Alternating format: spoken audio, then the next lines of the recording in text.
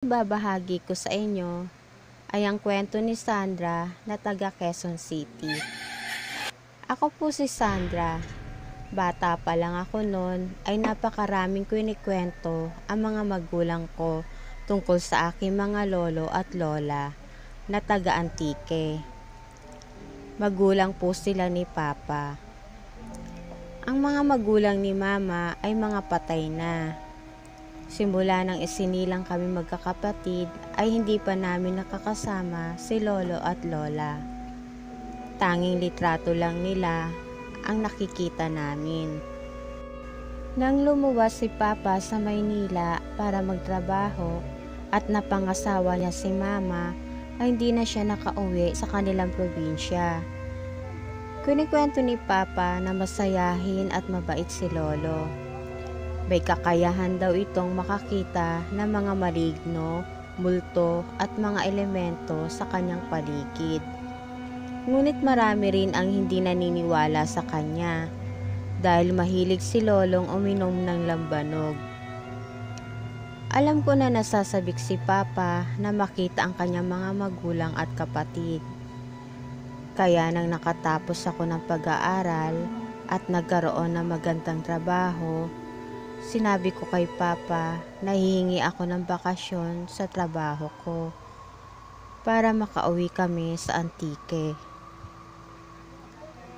Tuwang-tuwa si Papa kaya agad akong bumili ng tiket.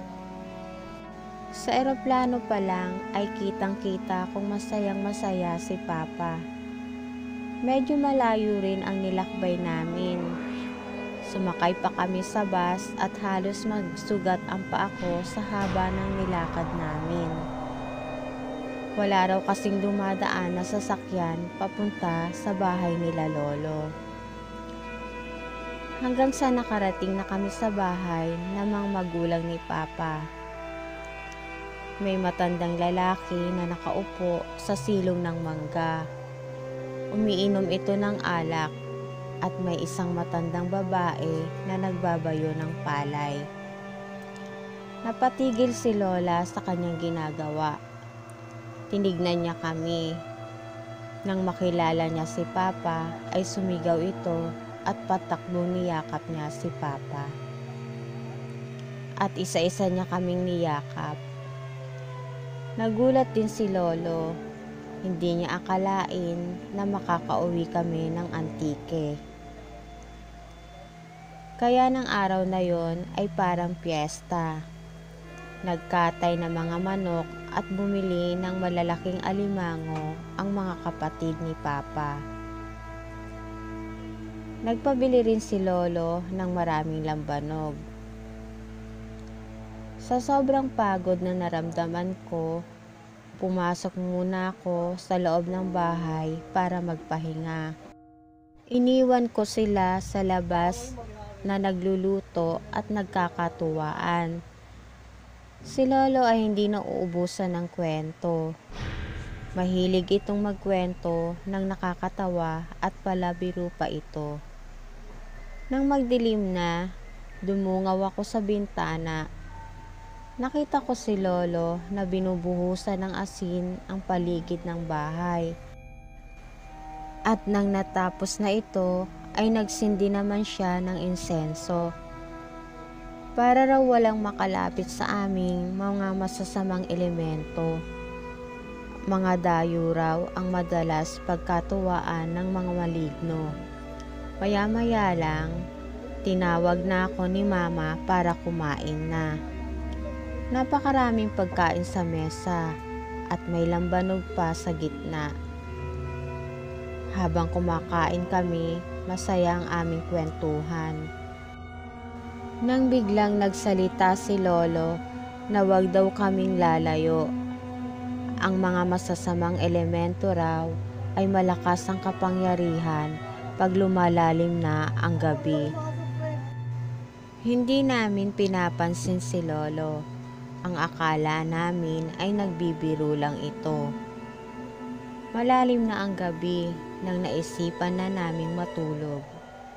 Lasing na si Papa at si Lolo at ang mga kapatid na lalaki ni Papa.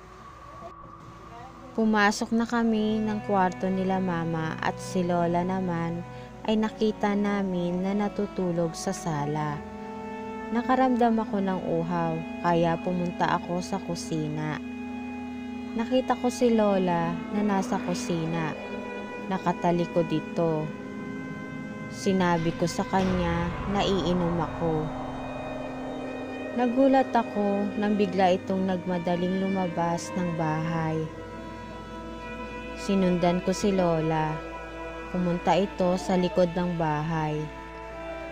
Kakausapin ko sana siya nang muli na naman siyang naglakad papunta sa masukal na lugar. Bigla akong tumigil sa pagsunod sa kanya. Tinawag ko siya. Lola, anong gagawin mo dyan? Sobrang dilim. Hindi ito lumilingon. Patuloy lang ito sa paglakad.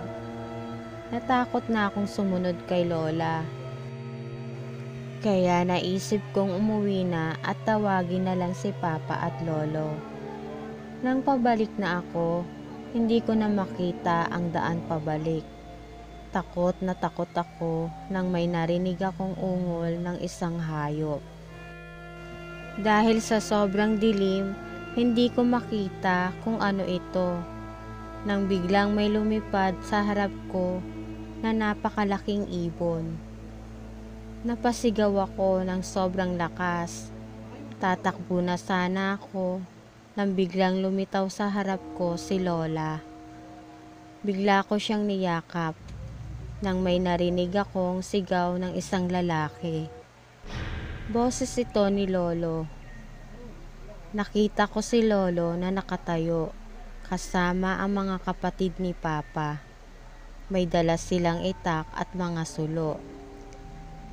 Nagtaka ako nang biglang itinulak ako ni lola ng malakas at bigla itong tumakbo ng mabilis.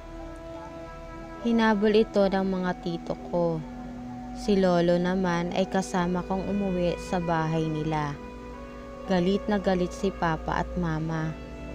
Maghahating gabi na raw. Bakit ko pa naisipang lumabas ng bahay? Kwento ko sa kanila ang nangyari.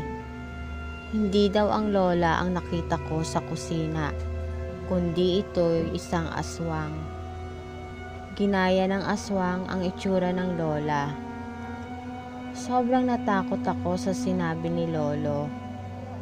Tulog na tulog raw ang lola sa sala. Kaya agad ko itong tinignan. Tumayo lahat ang balahibo ko sa katawan pagkakita ko sa lola ko. Totoo palang may aswang. Kinabukasan, narinig ko ang mga kapatid ni papa na hinabol nila ang aswang. Ngunit hindi nila ito inabutan. Simula nang dumating kami sa Antique ay araw-araw nagsasaboy si lolo ng asin. Pati sa bubong ng bahay nila ay hinahagisan niya ng asin. At tuwing magtatakip silim ay nag-iinsenso si lolo sa loob at labas ng bahay. Kahit na may ganong pangyayari ay masaya naman kami. Naipasyal kami ni lolo at lola sa mga magagandang lugar sa kanila. Ngunit pag sumasapit ang gabi ay hindi ko maiwasang hindi matakot. Kahit na may karanasan akong nakakatakot sa probinsya nila papa, ay nais ko pa ring magbakasyon sa Antique. Gusto ko uling makasama ang lolo at lola. At dito na po nagtatapos ang aking kwento. Salamat po.